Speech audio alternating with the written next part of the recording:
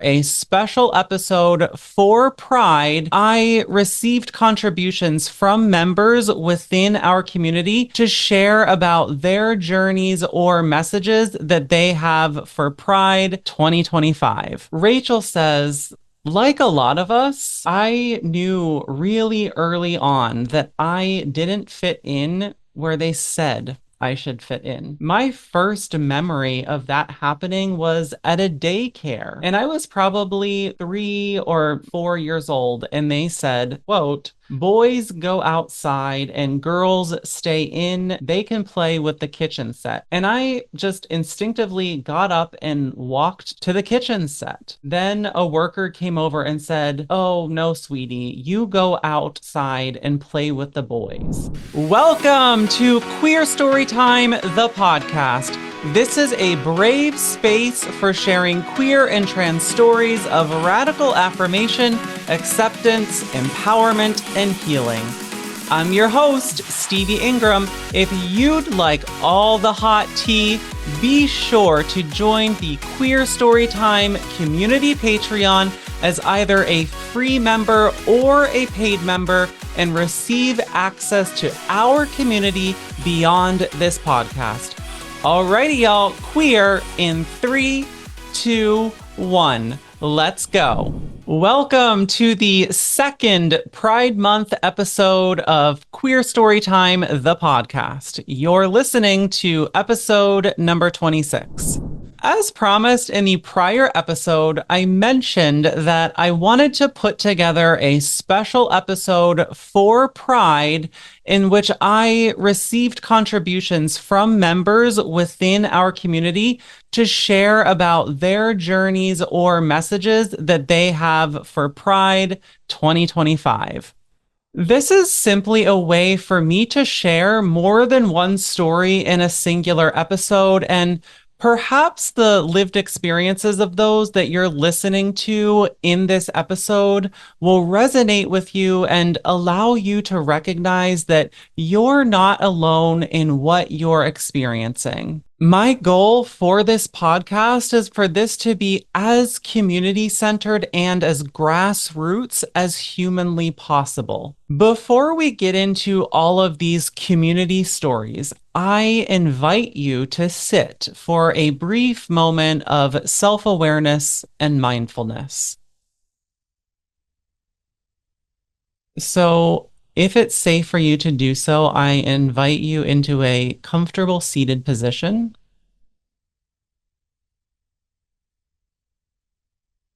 As you find your comfortable seat, taking a moment to turn your awareness away from the outer world and begin noticing what's going on inside of you. You might notice the breath. You might notice sensation or emotion, or maybe even a to-do list floating around in your mind.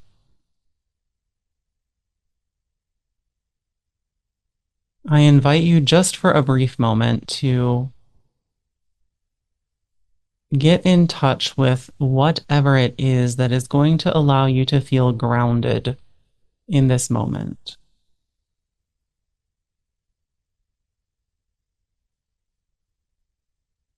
Allow the mind to calm.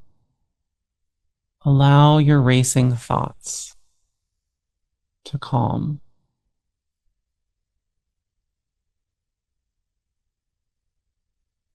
Tuning into that space of awareness that knows who you truly are.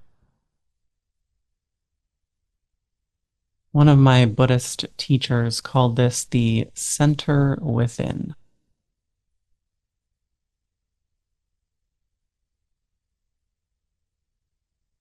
Maybe feeling a sense of spaciousness around your center within.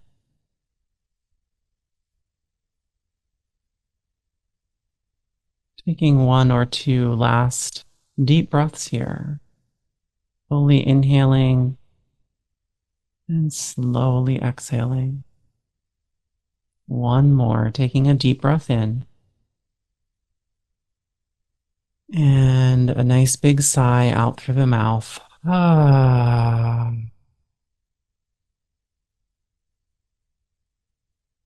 Always remembering that you can return to this place within yourself at any point in time. And then, as you're ready, gently fluttering the eyes open and bringing your awareness back into the space that surrounds you. So, as noted, I am going to read messages from members within our community. And this first Pride message is brought to you by Kate Toulette. Kate says, Happy Pride. I always knew that I was different since I was a kid. I kind of briefly explored my sexuality in high school, but then shelved it for a long time while I was raising my kids, eventually as a single mom.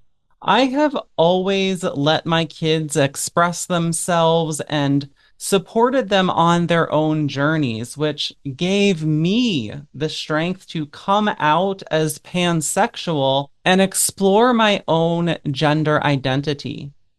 We are a close knit family who support each other's differences, similarities, and gender expressions. I'm so proud of the acceptance and empathy my kids have for other people. Kate, I think this is amazing and truly illustrates what is possible in a queer, gender, and sexually expansive family. So, for those of you within our community that may be struggling to come out, and whether it is your immediate biological family, I do encourage you to find someone within your neighborhood, within your local community, within your place of work, and express to them how you're feeling about your gender and sexuality. Now, understand, as I've mentioned in prior episodes of Queer Storytime, coming out is not necessarily appropriate for everyone within our community. But if you are safe to do so, we know that within our community, having one accepting family member, friend, advocate within your life can help reduce the incidence of suicide. So I do encourage those of you where you feel it safe to do so to find maybe just one person for right now to share your truth with, because all of us know within the community that when we are able to truly express how it is that we feel inside about our gender identity or our sexual orientation, that it just allows us to feel this massive sense of relief. And that's something that I would love for as many of us within the community to feel. So, yes, thank you, Kate, for this lovely, timely message and showing us that queer and trans family is possible. Okay, so the second Pride message comes from Rachel McCartney. Rachel says, like a lot of us, I knew really early on that I didn't fit in where they said I should fit in. My first memory of that happening was at a daycare. And I was probably 3 or more like 4 years old. And they said, quote, boys go outside and girls stay in and they can play with the kitchen set, unquote. And I just instinctively got up and walked to the kitchen set. Then a worker came over and said, quote, oh, no, sweetie, you go outside and play with the boys, unquote. I was really, really confused because I knew I needed to go with my friends, but was still told to go outside with the other boys. I was very confused at that point, so I went outside. When I got outside, the boys were playing, quote, he man, unquote. I know I'm dating myself here.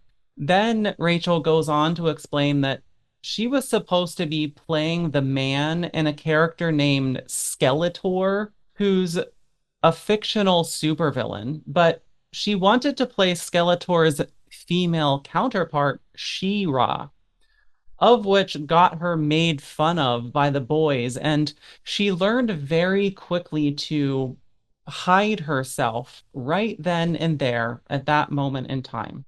Further, Rachel states, I didn't stop hiding until well into my 30s. I didn't stop hiding through abuse of all kinds.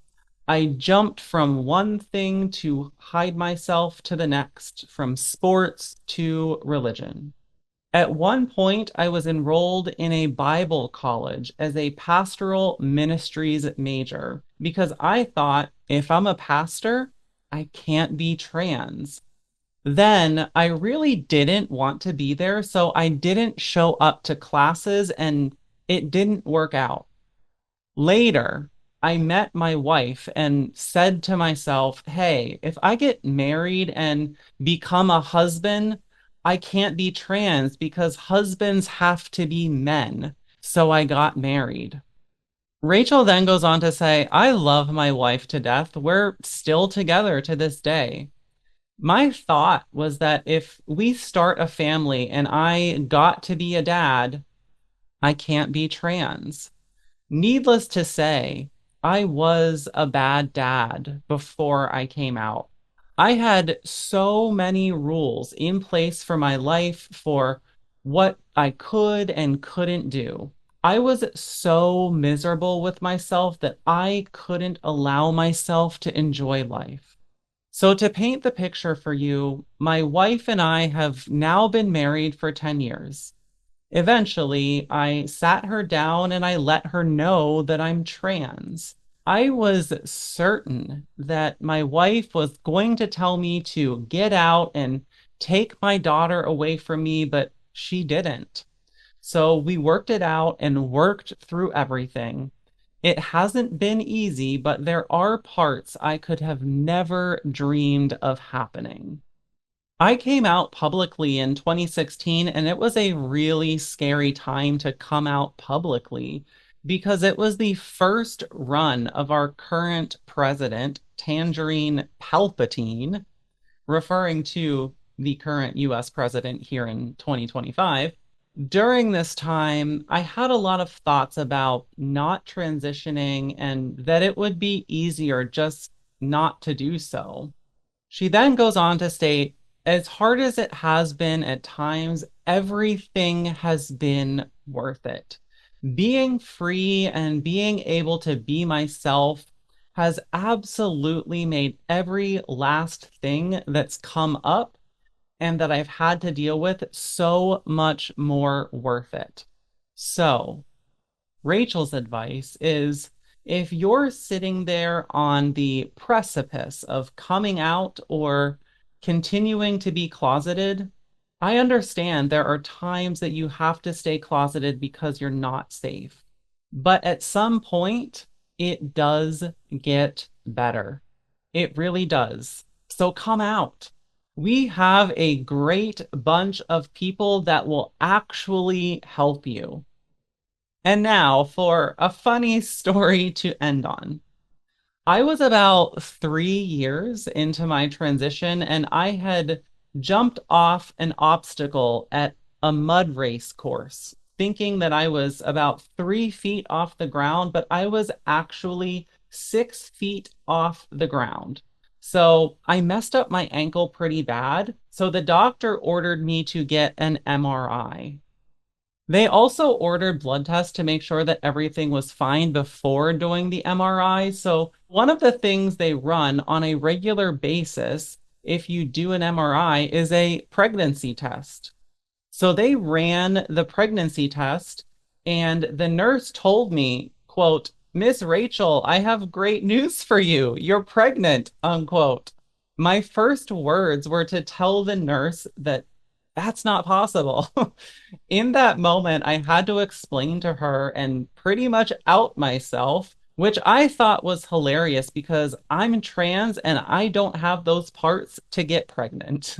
She apologized and said, "Oh, I'm so sorry. I thought that was hilarious." Then I called my wife and told her, which she also thought was funny. That's a brief version of my story and the advice I have to offer. So I hope it helped. Love you all. Well, Rachel, thank you so much for sharing a little bit about your journey. And I know personally your story resonated with me not only as a queer and trans femme myself, but also growing up in the Christian church and also just feeling this like continual pull of do I come out? Do I not come out? And I also really resonated with the things that you said, like you were performing these roles that you felt were expected of you ever since you were a little kid.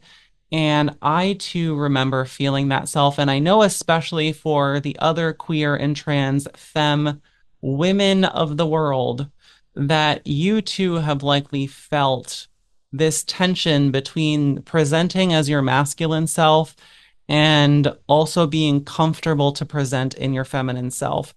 And so, I hope for those queer and trans femme people that are listening to this podcast that you know that it is possible. We are visible here, myself and Rachel, who gave us this lovely message. We are here, we are queer, we are trans, we are feminine, and it is possible to live into your wildest dreams. Especially want to reinforce that message for the trans feminine people of the world because especially here in the Western world, it is a big thing for us to transcend the patriarchy and to transcend masculinity, which is exactly why you hear all this negative press in the news media talking about how they want to prevent trans women from entering women's bathrooms. So know that you living out loud is entirely possible. And I think Rachel's journey and her healing is a prime example of that. So, Rachel, thank you so much for sharing your story with us. And our third Pride Month message comes from a transgender parent who is parenting a transgender child. And their name is Alex Vaughn. Alex says, for me, my daughter was a mirror. She came out at age 4, sharing not only her trans identity, but how she saw herself as a girl. This was a massive realignment, pulling me deeper into my own authenticity as a trans and non binary person. My own reparenting process began. Our coming out journeys revealed to us the people in our lives who viewed our presence as conditional and something they could question. I am a trans parent raising a trans child who used the family court system to gain access to basic human rights and protection. After 5 years in court, I walked out of court for the last time with sole decision making rights and 100% of the parenting time. They don't call us mama bears for nothing. Try to annihilate our children and you won't see us coming because advocacy and being an accomplice takes courage and heart. And perhaps the most anti-oppressive thing any of us can do is self-reflection.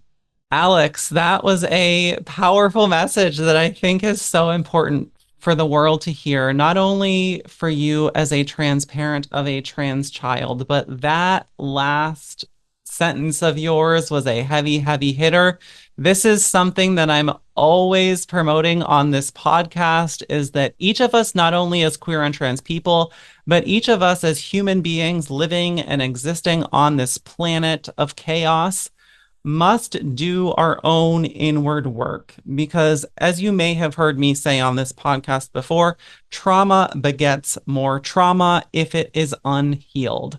So I think this is where all of us must do the very necessary work of reflecting on our own behavior and how we are treating others.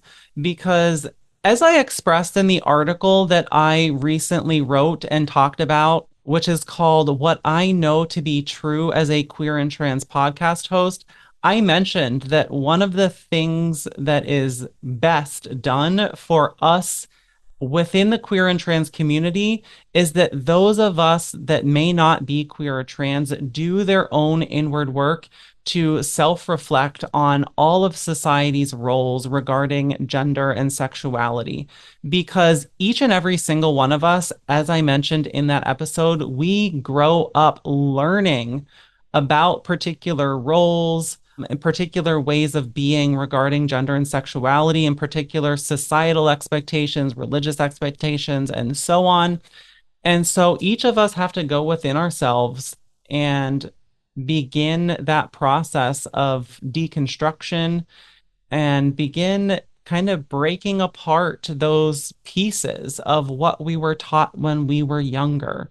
So, as Alex says, the most anti-oppressive thing that we can do is self-reflection. And I full-heartedly endorse that message. So, thank you, Alex.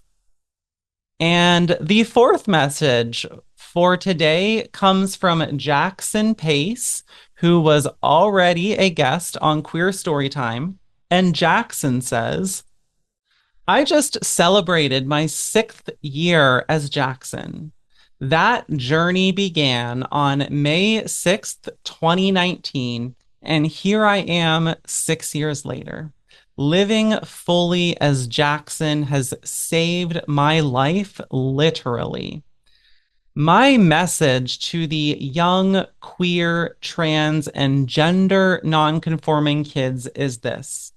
Number one, you are enough and beautiful just as you are. Know that you are seen and loved by people you've never even met, but who have been where you are at this point in your life. We hold space for you. We are here for you and are actively protesting and fighting for you to not lose all the rights that we have. And we do it even though we don't know you. But remember that we were you when we were younger. This community is your family. Number two, never mark yourself smaller than anyone. Stand in your power, just as generations of this community have done throughout history. Never dim your light for anyone and keep that light shining so brightly that others see how amazing and wonderful you really are. Number three, lastly, trust yourself. No one knows you as well as you do. I know it's terrifying in the world right now, but queer and trans people have always been here. And long after those folks that don't like us are gone, we'll still be here living in each and every single one of you. So stay strong and be you. You are loved by all of us in this community, and you are loved by the generations of queer and trans people that came before us. Happy Pride. Yes, Jackson. Thank you so much for sharing that vitally important message. I know that these are all messages that each and every single one of us needed to hear when we were in our youth. And I know that whereas it does seem that we've gained so much progress within society, not only here within the Western world, but also within Europe and within Asia as well. I know that, with all of the chaos that is ensuing in this world currently, that we do need to stand firm and reaffirm these messages of empowerment, especially for LGBT youth, as fascism, white supremacy, and imperialism impress their ugly foot upon the world. So, Thank you, Jackson, for sharing this vital messages with the queer and trans youth that are growing up in today's chaotic world. So, for those of you that would like to hear more of Jackson's personal story, you can tune into QST episode number 7, published in February 2024. And last but certainly not least, our last community pride message comes from Jana Trans Mama. Jana says, my child, assigned female at birth, came out to me at the age of 13 as a lesbian. I was of a strong Christian persuasion and did not accept him at all. I told him it was not what God wanted for him and that God didn't create him that way. I told him that it was my job as his mom to make sure that he goes to heaven. I told him his salvation was my responsibility. And then, at the age of 15, he came out to me as a transgender man. Again, I did not accept him. It caused so much anguish. He had 4 mental health hospital stays, the 4th one being due to a suicide attempt. Unfortunately, that's what it took for me to begin questioning the Christian faith and my decision of rejecting my own child. I will never forget the social worker calling me from the hospital and telling me that if I didn't use his name and pronouns, the next time my child would succeed and be in the grave.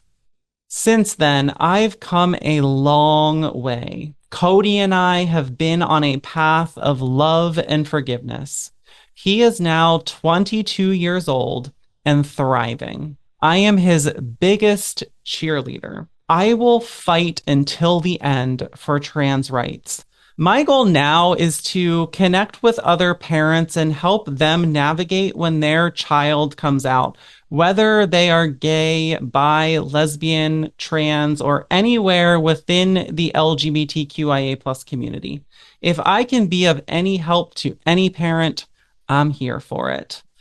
Thank you, Jana, for this lovely, vitally important message, especially for parents that may have not done the inward work that I was advocating for earlier in this episode and also earlier in episode number 25.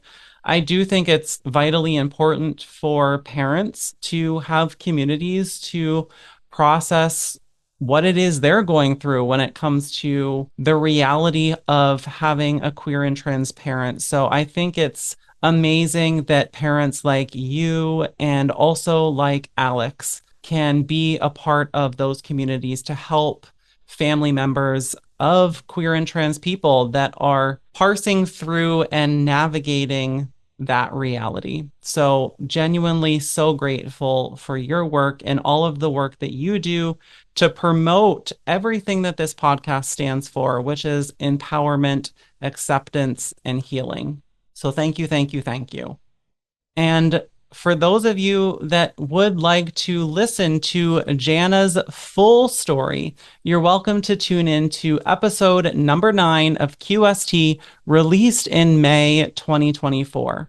I hope that listening to each of these stories and messages of struggle and triumph help each and every single one of you understand that you are never alone in your fight to be authentically you. There is an entire human history of queer and trans existence and resistance. As many of today's contributors mentioned, there is an entire community that surrounds you because if there's one thing we all know to be true, not only presently, but historically, that is we take care of our own. And for anyone within our community, please remember that I am personally here to help if you're in need. I am both a therapist and a soon-to-be physician, hoping to help you gain a greater level of health and vitality. For those in immediate need that may not be able to afford such services, I've created a newly formed mutual aid collective called Queer Trans Thriving, where you can receive access to private, one-on-one holistic health services to help provide you with personalized tools to amplify your health, healing, and growth. To receive access to these services, simply fill out the Google form associated with the Rainbow Care Fund 2025 found in the description of this episode. On the other hand, if you're able to contribute financially to this cause, I encourage you to make a contribution that is sustainable to you by going to www.givebutter.com/Rainbow Care Fund. Also, don't forget to come join us on Patreon, which is available to both free and paid members to be a part of this community beyond this podcast. You can also join by clicking the link in the description of this episode. That's all for today, y'all. Wishing each and every single one of you a happy, healthy, and joyful Pride. Hey friends, I'm so delighted that you've made it this far.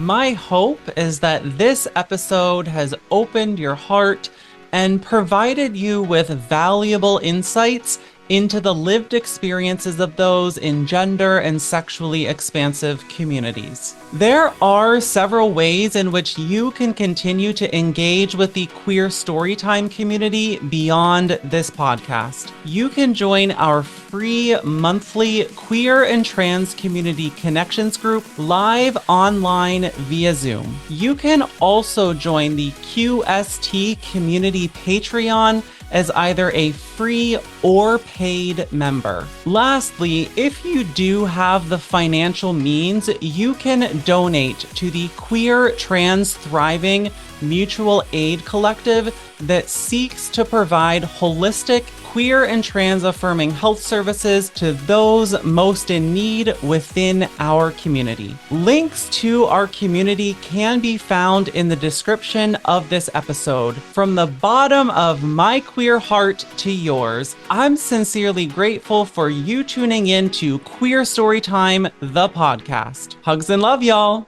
Until next time.